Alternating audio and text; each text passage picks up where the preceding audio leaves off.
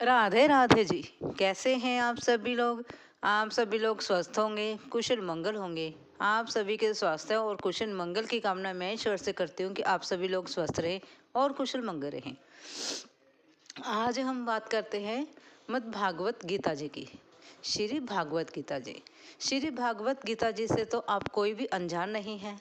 आप सभी लोग जानते हैं भागवत गीता क्या है।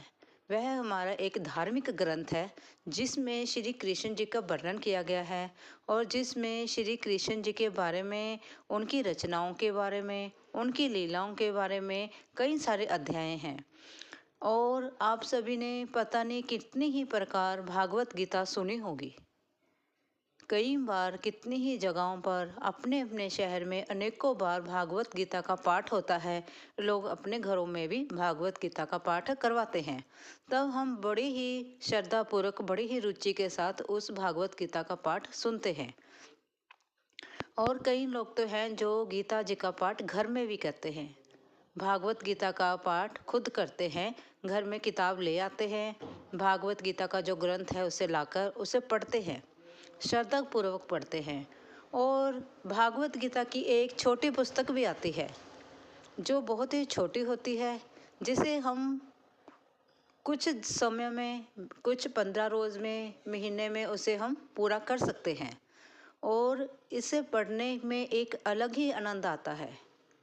और जब हम भागवत गीता का पाठ पढ़ते हैं, उसमें कई सारे ऐसे हमारे प्रश्न होते हैं हमारे जीवन से जुड़े हुए, जिनके आंसर हमें खुद पे खुद ही मिल जाते हैं। और भी हम क्या बताएं, भागवत गीता में सभी कुछ इतने स्पष्ट शब्दों में कहा गया है कि हम किस प्रकार से अपनी समस्याओं का हल ईश्वर के ऊपर छोड़ सकते हैं और हम किस प्रकार से अपने हर समस्या का हल किसी दूसरे को बिना किसी नुकसान पहुंचाए ही कर सकते हैं। और भागवत गीता में जो है कृष्ण जी की लीला, किस प्रकार से कालियानाग की लीला, और किस प्रकार से श्री कृष्ण जी ने कंस का वध किया, और श्री कृष्ण जी ने किस प्रकार से गोपियों के साथ रासलीला की, इस प्रकार से नाना प्रकार के उसमें वर्णन किया गया है। और इसी भागवत गीता जी में एक अध्याय आता है रासलीला का, जिसमें रासलीला क्या है। रास मैंने लीला, लीला मैंने कलाकृतियाँ, कुछ करना जीवन में। रस मैंने किसी चीज़ का आनंदित होना। इस प्रकार से रासलीला का एक अध्याय है जिसमें श्री कृष्ण जी ने अपने गोपियों के साथ किस प्रकार से नृत्य किया, किस प्रकार से लीलाएं की, और उनके साथ अलौकिक किस प्रकार से उनकी नटखट सी छेड़खानियाँ की। कई सारी चीज़ों का इसमें वर्णन है। कभी आप अपने घर में भागवत गीता की पुस्तक लेके आएं, उस महान महाग्रंथ को लेकर आएं और फिर खुद पढ़ें, तो अब महसूस करेंगे कि जब हम रासलीला का अध्याय पढ़ते हैं तब हमें ये नहीं पता चलता कि हम उस अध्याय में कब डूब जाते हैं।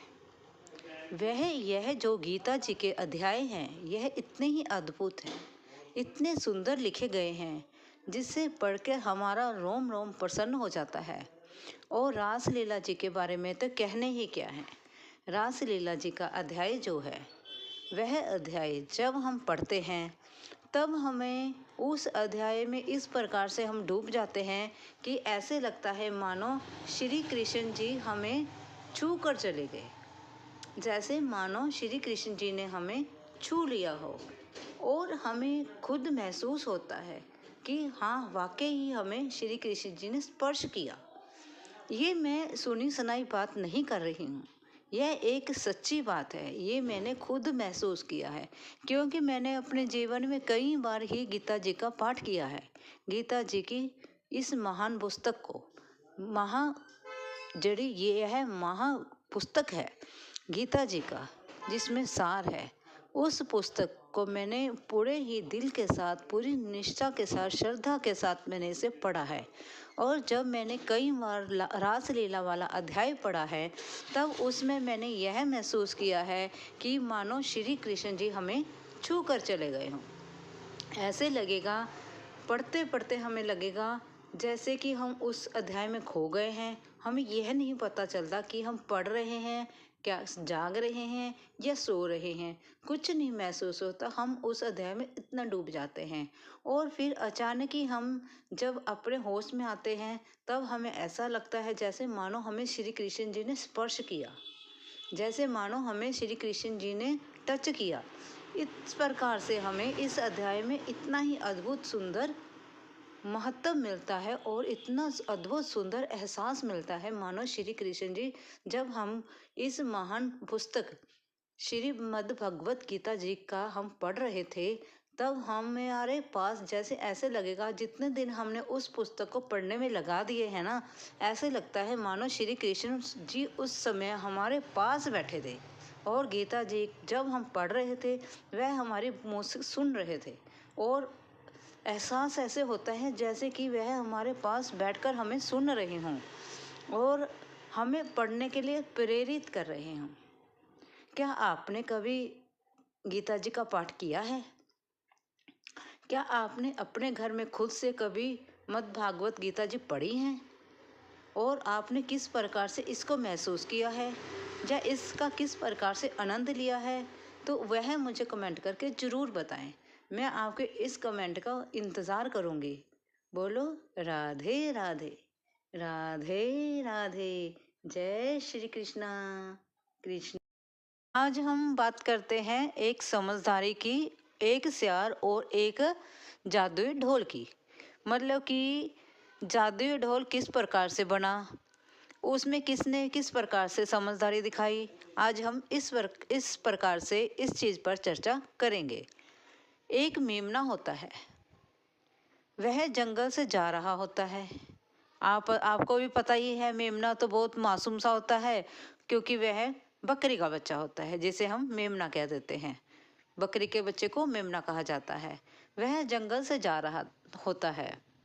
जब वह जंगल से जा रहा होता है तो इतना डरा डरा हुआ होता है कि उसे ऐसे लगता है कहीं कोई शेर, कोई बड़ा जानवर उसे कहीं खा ना जाए, क्योंकि जंगल के जानवर, बड़े बड़े जो जानवर होते हैं, वह छोटे छोटे जानवरों को अपना आहार बना लेते हैं।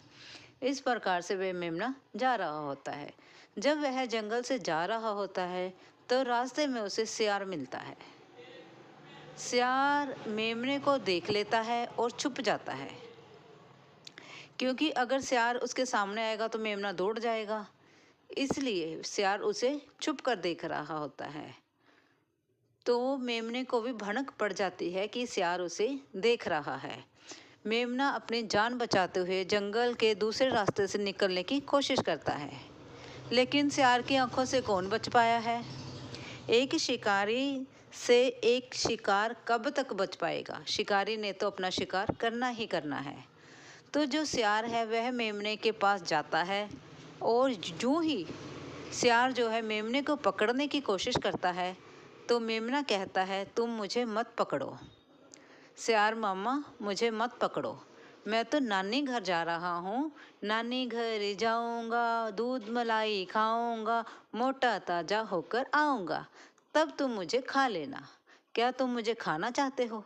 इतने छोटे से मेमने से क्या आपका पेट भर जाएगा? नहीं भरेगा। आपके तो पेट में पता भी नहीं लगेगा मैं कहाँ गया।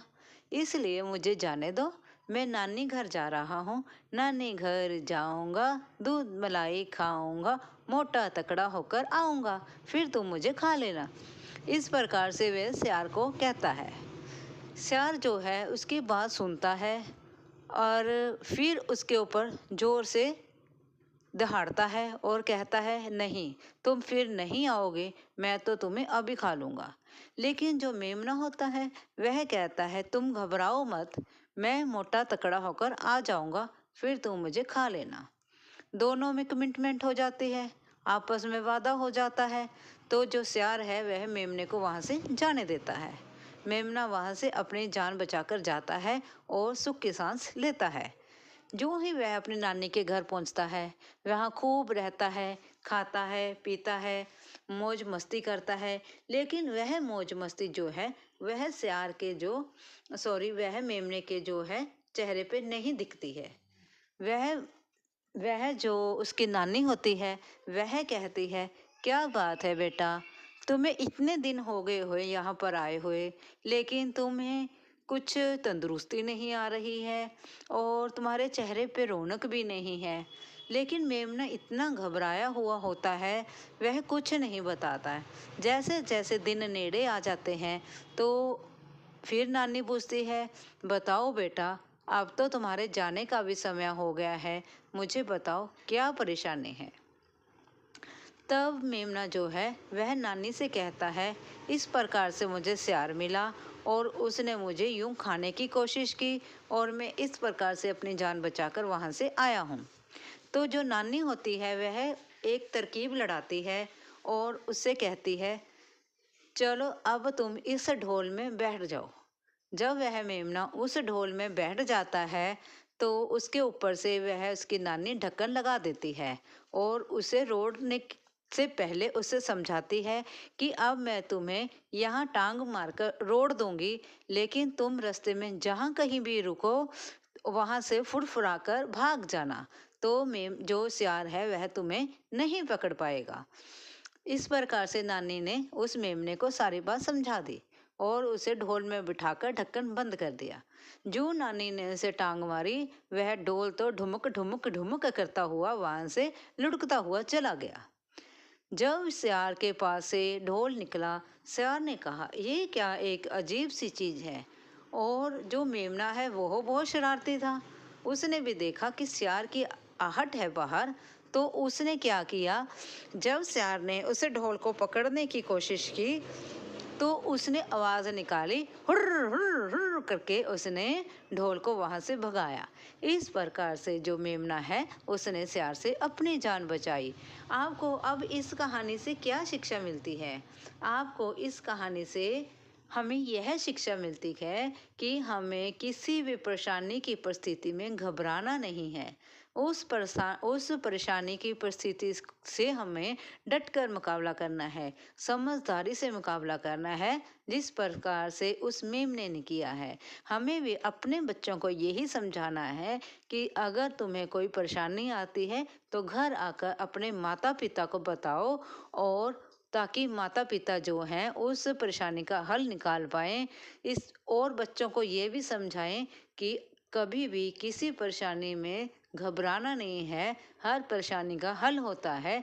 इसी कहानी से बस हमें यही शिक्षा मिलती है कि परेशानियों में हमें किस प्रकार से समझदारी से काम लेना चाहिए। अगर आपको यह मेरी एक आज हम बात करते हैं ईश्वर विश्वास की, प्रभु पर विश्वास की। एक व्यक्ति हर रोज दफ्तर जाते समय उसके आसपास बहुत सारे कुत्ते के बच्चे आ जाते थे और वह व्यक्ति हर रोज दफ्तर जाते हुए उन्हें कुछ न कुछ खाने के लिए जरूर देता था। इसी प्रकार से उस व्यक्ति की दिनचर्या थी और हर रोज उसने दफ्तर जाना, कुत्ते के छोटे छोटे बच्चों ने उसको घेर लेना और उसने उसे पार्ले जी बिस्किट देना, ब्रेड देना, रोटी डाल देना। इस प्रकार से वह उन्हें कुछ न कुछ खाने के लिए दे देता था। वही उनकी आदत हो गई। और एक दिन जब वह व्यक्ति रात को ऑफिस से आ रहा था, क्योंकि उसका ओवर टाइम हो जाने के कारण उसे देर रात हो गई, तो वह जब वापस आया तो कुत्तों के बच्चे ने तो उन्हें फिर घेर लिया। कभी दो बच्चे, कभी 4 बच्चे, कभी 6 बच्चे, इस प्रकार से वह उन्हें घेर लेते थे और वह उन्हें सबको कुछ ना कुछ दे दिया करता था। वह इसी आस में रहते थे कि वह व्यक्ति आएगा और हमें कुछ खाने के लिए देगा। इसी प्रकार से हमारे भी गली मोहल्लों में जो कुत्ते होते हैं वह भी इसी प्रकार से होते हैं कि कोई ना कोई हमें कुछ ना कुछ खाने के लिए डालेगा ही डालेगा। इस प्रकार से वह व्यक्ति जो एक दिन बहुत देर से घर आता है और उसे 5-6 जो कुत्ते के बच्चे होते हैं वह घेर लेते हैं, लेकिन आज उसके पास उन्हें खिलाने के लिए बिस्किट नहीं थे और ना ही कुछ और चीज़ थी। फिर वह व्यक्ति सोचे, अब मैं इन्हें क्या खिलाऊं, क्या दूं? आज मेरे पास कुछ भी इन्हें खिलाने के लिए नहीं है। लेकिन वह जो कुत्ते हैं वह कुछ खाने के लिए उसके ऊपर झपट झपट कर रहे थे और उनके आगे पीछे हो रहे थे ताकि वह उन्हें कुछ खाने के लिए दे। लेकिन देर इतनी हो चुकी थी कि दुकानें भी बंद हो चुकी थी। अब वह व्यक्ति सोचे कि मैं अब इन्हें खाने के लिए क्या दूं। इस प्रकार से आगे पीछे दौड़ते हुए जो कुत्ते हैं उसके पीछे चलते हैं और इस प्रकार से धीरे धीरे उसका घर आ जाता है। जब वह व्यक्ति घर के अंदर जाने लगता है, देखता है कि कुत्ते तो बाहर उसके दरवाजे के ही अब भी खड़े हैं। कुछ देर बाद भी वह जब अपने घर का दरवाज़ा खोलता है तब भी देखता है कि वहीं पर वह कुत्ते के जो बच्चे हैं वहीं पर बैठे हैं कि बाहर आऊँगा और कुछ उन्हें खाने के लिए दूंगा। लेकिन किसी कारणवश आज उसके घर में बिस्किट नहीं थे। लेकिन फिर वह दरवाज़ा बंद कर कर चला जाता है अंदर सोने के लिए। फिर क्या देखते हैं, जैसे कि हम लोग हैं, हम भी क्या करते हैं, जब तक प्रभु हमारी सुनते हैं, हमारी सभी इच्छाएं पूरी करते हैं, तब तक तो हम भगवान की सुनते हैं, भगवान के पास जाते हैं, उनकी पूजा अर्चना करते हैं। जिस दिन भगवान हमारी सुनता नहीं, हम उधर से खिसक के कहीं और ठिकाने हो लेते हैं। इसी प्रकार से सभी कुत्ते वहाँ से चले जाते हैं और एक ही कुत्ते का जो पिल्ला होता है वह रह जाता है। कुछ देर बाद उस व्यक्ति को भी याद आता है कि कल मेरे घर कुछ मेहमान आए थे, उनके लिए मैं काजू और पिस्ता वाले बिस्किट लाया था, वह कुछ पड़े होंगे। वह रसोई में जाता है और डिब्बा खोलता है, उसमें देखता है 2-4 बिस्किट बचे पड़े होते हैं। वह उन्हें निकालता है और पिल्ले को डालने के लिए चला जाता है। जब वह दरवाज़ा खोलता है, देखता है सभी कुत्ते के बच्चे जो हैं वह चले गए होते हैं। एक ही बच्चा जो है वह दरवाजे के बाहर अब भी इंतज़ार कर रहा होता है कि शायद मैं कुछ ना कुछ ज़रूर खाने के लिए उसे दूंगा। तो सभी बिस्कुट जो हैं उसी को ही मिल जाते हैं। कहीं तो कहाँ तो मैं यह सोच रहा था, इतने सारे कुत्तों में मैं ये 2-4 बिस्कुट किसको दूंगा, मैं उन्हें थोड़ा थोड़ा टुकड़ा करके ही डाल दूंगा। लेकिन वह कुत्ते इंतज़ार ना कर सके और वहाँ से चले गए। तो सभी जो बिस्कुट हैं उसी एक पिल्ले को ही मिल गए। इसी प्रकार से हमारा भी स्वभाव इसी प्रकार से होता है कि हम इंतज़ार नहीं करते हैं। हम प्रभु के मंदिर तो जाते हैं, प्रभु को पूजा और उस पर विश्वास तो रखते हैं, लेकिन जिस दिन भगवान हमारी नहीं सुनते हैं तो हम वहाँ से कट लेते हैं, वहाँ से हम चले जाते हैं। अगर हम भगवान शिव को मानते हैं, जब तक तो भगवान शिव हमारी पूरी करते हैं, पूजा करते हैं, जब तक हम उनकी और वह हमारी प्रार्थना सुनते हैं तब तक हम उनकी ही पूजा करते हैं। जिस दिन वह हमारी नहीं सुनते हैं फिर हम उनका इंतज़ार नहीं करते हैं और तब हम भगवान श्री कृष्ण के तरफ चल जाते हैं या भगवान साईं नाम की तरफ चले जाते हैं या किसी अन्य की तरफ चल जाते हैं। इसी प्रकार से हमारा भी स्वभाव हो गया है कि हम इंतज़ार नहीं कर पाते हैं।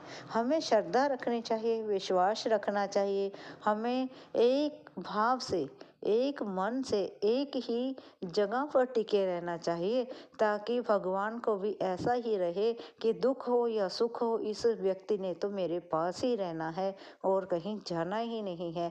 जैसे कि बच्चे को भी पता होता है, चाहे मैं रोऊं, चाहे पोटी सुसु करूं, चाहे मैं हंसूं, मेरी माँ ने तो मुझे उठाना ही है। इसी प्रकार से ईश्वर होते हैं, हम चाहे हंसें चाहे रोए, अगर हम एक भगवान के पास रहेंगे तो वह हमारी जरूर सुनेंगे। इसी प्रकार से भगवान पर विश्वास रखें, उन पर श्रद्धा रखें, वह हमसे परे नहीं है, वह हमारी जरूर सुनते हैं और हमारे लिए कुछ ना कुछ करेंगे ही करेंगे। देर करें सवेर करें, वह जरूर करेंगे। बोलो, प्रेम से बोलो, राधे राधे, हर हर महादेव। अगर वीडियो आज हम बात करते हैं हीरे की अंगूठी की। एक बार एक संत कहीं गांव में प्रवचन दे रहे थे और उनके कपड़े बिल्कुल साधारण थे। हम सभी जानते हैं एक संत के कपड़े तो बिल्कुल साधारण ही होते हैं।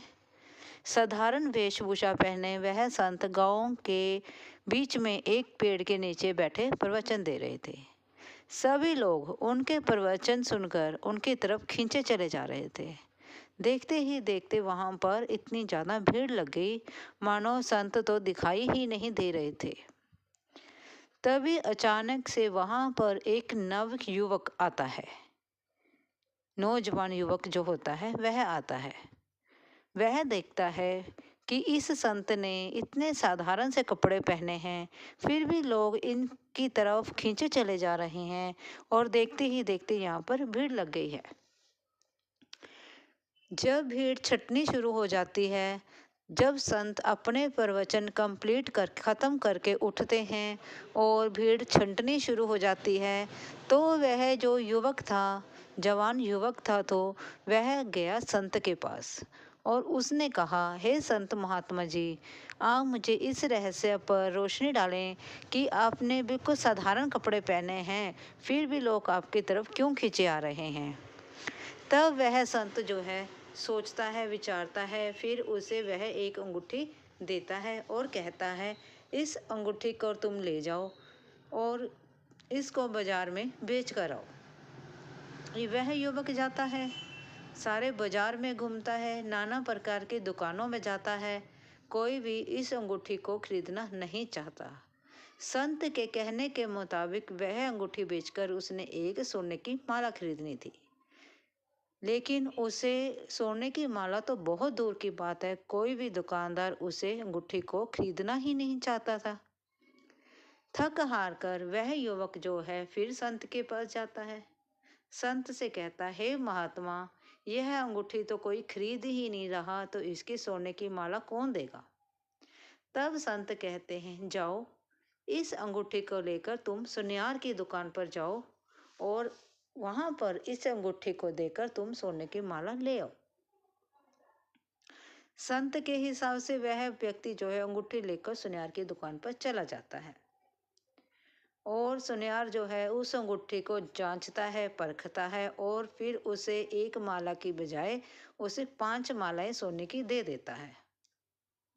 वह व्यक्ति बहुत ही हैरान होता है और वह 5 मालाएं लेकर संत के पास चला जाता है।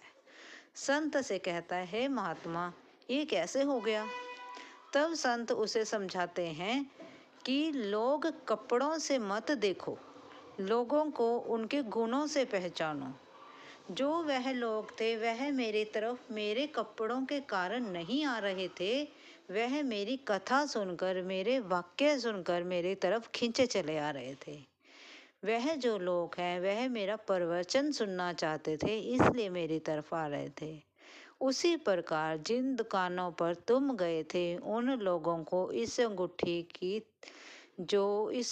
की असलियत थी, जो इस अंगूठी के गुण थे, उन्हें समझ में नहीं आए, इसलिए वह इसे खरीदने से ही इनकार कर रहे थे।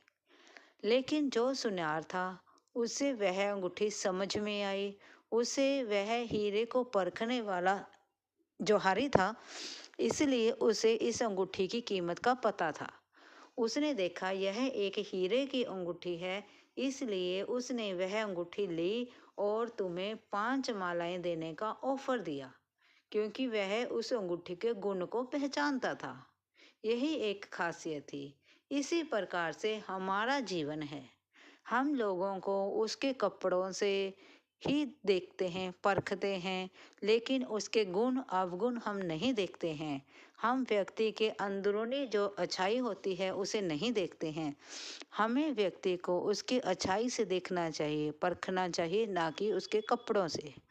जैसे कि कई बार कोई ठग होता है, बहुत सुंदर कपड़े पहन के जो सुनियार की दुकान होता है उसमें चला जाता है, मौका देखते ही वहाँ से सोने जवाहरात जो है वहाँ से चुराकर वह भाग जाता है।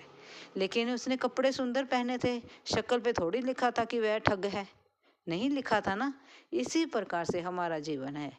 इसलिए जीवन में व्यक्ति को उसके कपड़ों से नहीं, उसकी अच्छाई से पहचाने कि व्यक्ति में कितना दम है, कितनी अच्छाई है, और वह तुम्हारे बुरे वक्त में, तुम्हारे जो बुरा समय होगा उसमें तुम्हारी सहायता करेगा या नहीं करेगा। यही मेरी एक छोटी सी लघु कथा थी। अगर आपको अच्छी लगी हो या हेलो माय यूट्यूब मेंबर्स, आप सभी का मेरे यूट्यूब चैनल पर आपका स्वागत है। मैंने आप सभी के लिए मेंबरशिप ऑन कर दी है। आप चाहें तो मेरी मेंबरशिप भी ले सकते हैं और मैंने अपनी वीडियो में कुछ आर्टिकल्स के लिंक डाले हैं। आप चाहें तो मेरी पसंदीदा वह आर्टिकल्स देख सकते हैं और ख़रीद भी सकते हैं। उस लिंक पर जाएं और आर्टिकल देखें, पसंद करें और ख़रीदें। आप सभी का बहुत धन्यवाद होएगा। Thank you ji.